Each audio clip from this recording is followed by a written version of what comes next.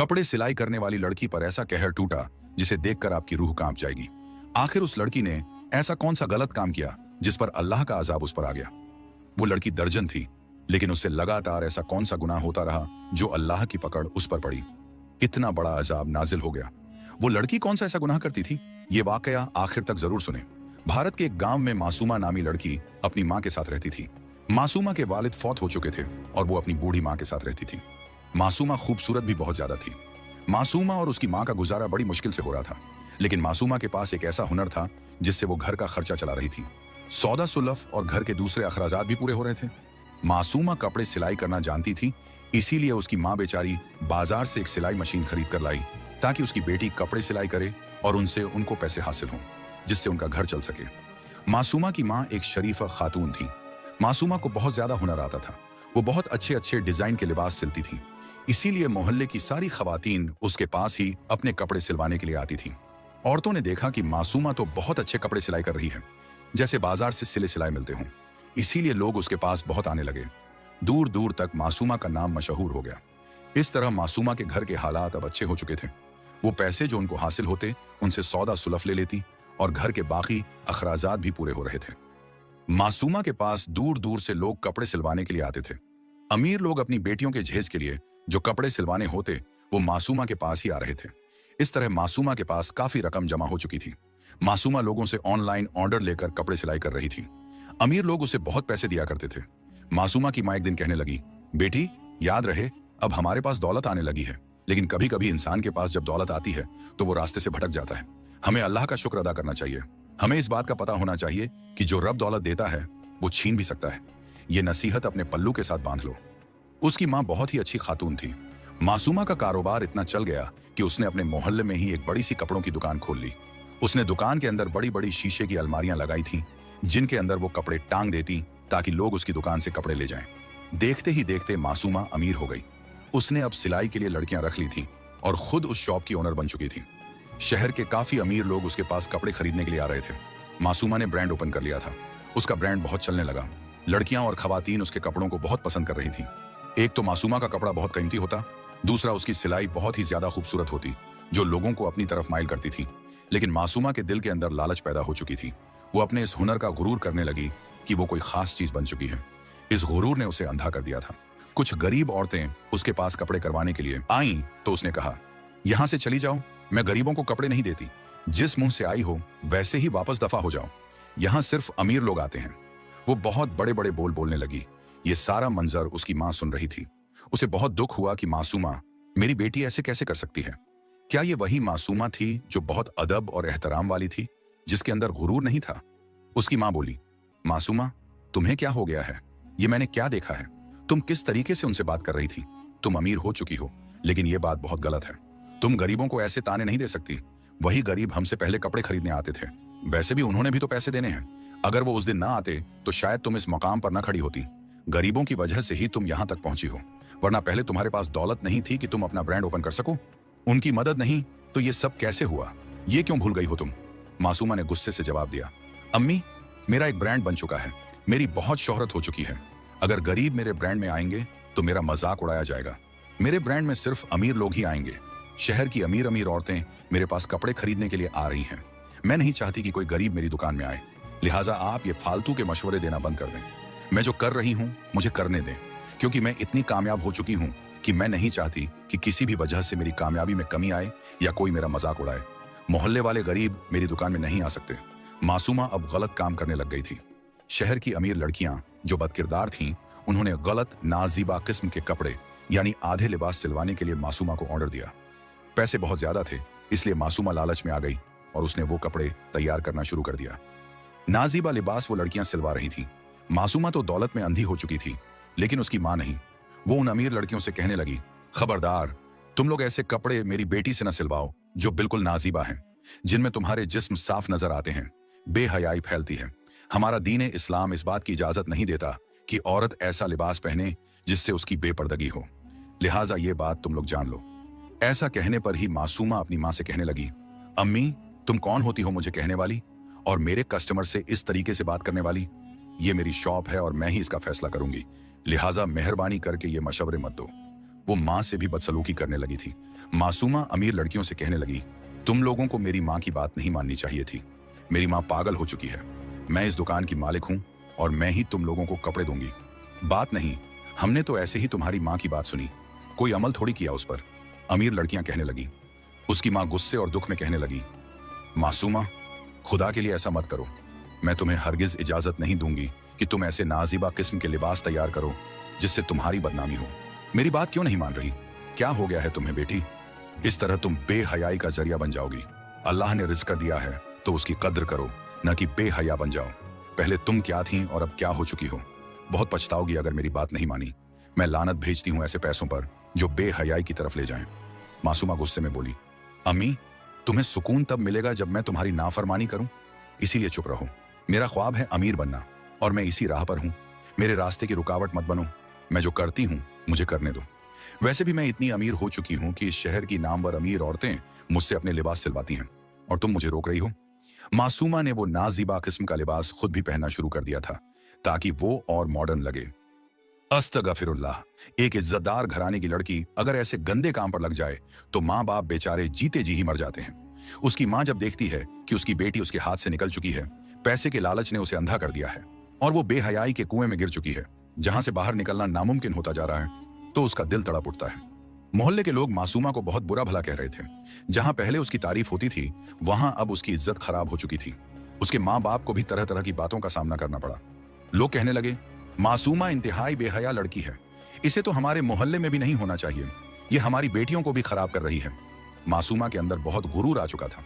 उसकी माँ उससे कहने लगी, बेटी देखो, ये शरीफों और गरीबों का मोहल्ला है, यहाँ तुम जैसे अमीर लोग नहीं रहते।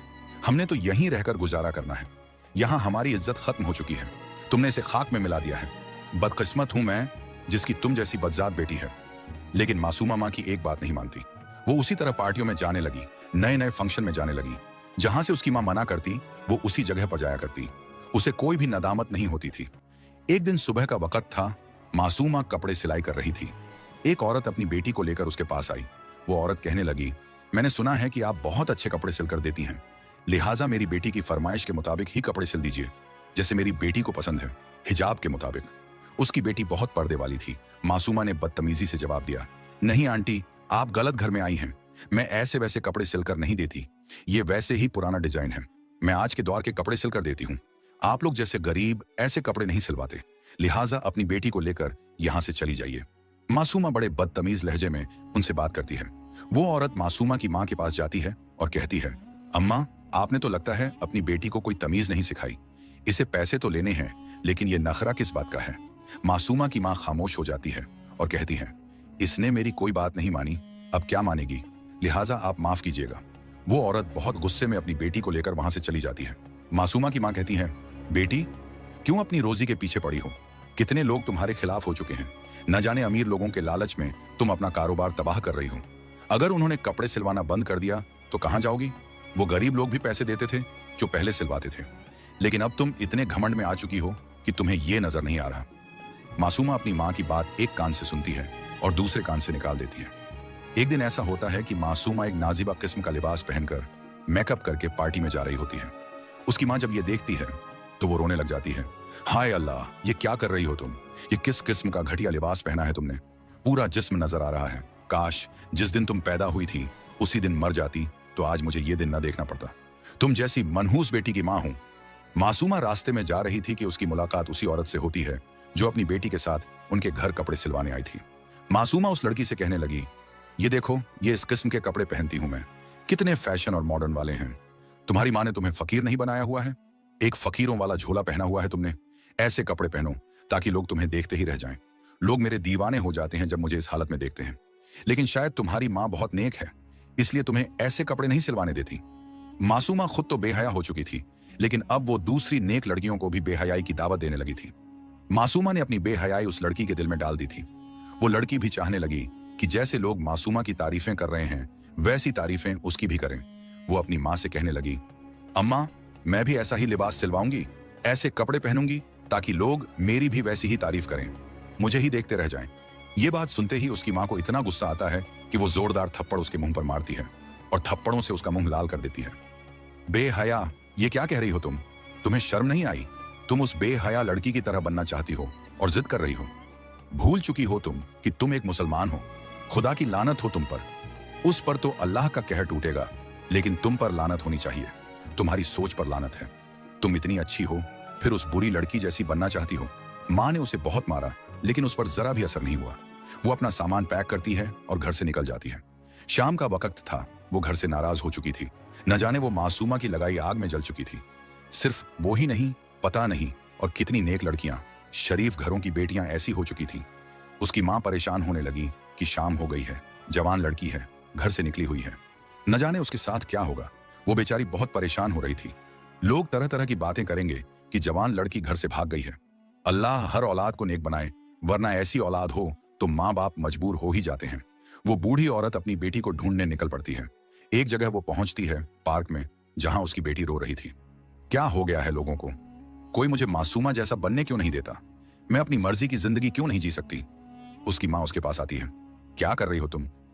लेकिन अब कोई फायदा नहीं था। वो कहने लगी, ठीक है, अगर तुमने खुद को बर्बाद करने का फैसला कर ही लिया है तो मैं कौन होती हूं तुम्हें अकल देने वाली, जब तुम्हारी अकल खत्म हो चुकी है। चलो, मैं तुम्हें ले चलती हूं उस लड़की के पास। बर्बादी अपने ऊपर डाल लेना। मेरी इज्जत का जनाजा इस तरह घर से भागकर मत निकालो। मैं कौन होती हूं तुम्हें राह रास्त पर लाने वाली? अल्लाह ही तुम्हें राह रास्त पर लाएगा और उसका अज्र देगा। जो तुम कर रही हो वो खुशी खुशी माँ के साथ मासूमा के ब्रांड में गई। माँ कहने लगी, ले लो जो चाहती हो। मासूमा से कहा जा रहा था, मासूमा, जो तुमने इस दिन पार्टी में ब्लैक ड्रेस पहना था, मुझे भी वैसा ही ड्रेस चाहिए। मैं भी चाहती हूँ कि मैं खूबसूरत लगूं, हर कोई मुझे देखे। इस्तगफिरुल्लाह। उसे यह समझना चाहिए था कि वह एक मुसलमान है और मुसलमान लड़कियां पर्दे में रहती हैं। आजकल कुछ लड़कियां ऐसी हो गई हैं, गंदे कपड़े पहनती हैं, दुपट्टे को भूल चुकी हैं, सर नंगे हो गए हैं, कपड़े भी गलत हैं। फिर हम लोग कहते हैं कि हमारे ऊपर मुसीबतें क्यों आ रही हैं, तरह तरह की बीमारियां क्यों बढ़ रही हैं। हमारे आमाल ही ऐसे हो चुके हैं, हम इनके हकदार बन चुके हैं। नाच गाना आम हो गया है। क्यों ना आई ऐसे अजाब? जब हम अल्लाह की नाफरमानी करने लगे हैं, उसके हुक्म के खिलाफ जा रहे हैं, अपनी मर्जी कर रहे हैं। हमारे ऊपर बड़े अजाब इसलिए नाजिल नहीं हो रहे कि हम नबी करीम सल्लल्लाहु अलैहि वसल्लम की उम्मत हैं और हमारे समाज में कुछ नेक लोग भी हैं जिनकी वजह से अल्लाह हमें मुकम्मल अजाब से बचा रहा है। वरना हमारे अमाल तो ऐसे हो चुके हैं कि हम गुनाह पर गुनाह कर रहे हैं। सारे मोहल्ले के लोगों का सब्र खत्म हो चुका था, क्योंकि उन्हें डर था कि जैसे यह मासूमा बेहयाई फैला रही है, लड़कियों को बेहयाई की दावत दे रही है, कहीं हमारी बेटियां भी बेहयाना न बन जाएं। वह उस लड़की की मां को कहने लगे, देखो, तुम्हारी बेटी बेहया हो चुकी है। मुझे डर है कि कहीं हमारी बेटियां भी इस गंदी राह पर न चलने लग जाएं। वह लड़की की मां घर आती है, रोने लग जाती है, मसला बिछाती है और मासूमा को बद्दुआएं देती है। ए अल्लाह, बुराई की जड़ तो वह मासूमा है। हमारी बेटियों को तो पता ही नहीं था कि बाहर के हालात कैसे हैं। बेहयाई फैलाने वाली वही है। ए अल्लाह, हम क्या करें? हमारी इज्जत को महफूज रख।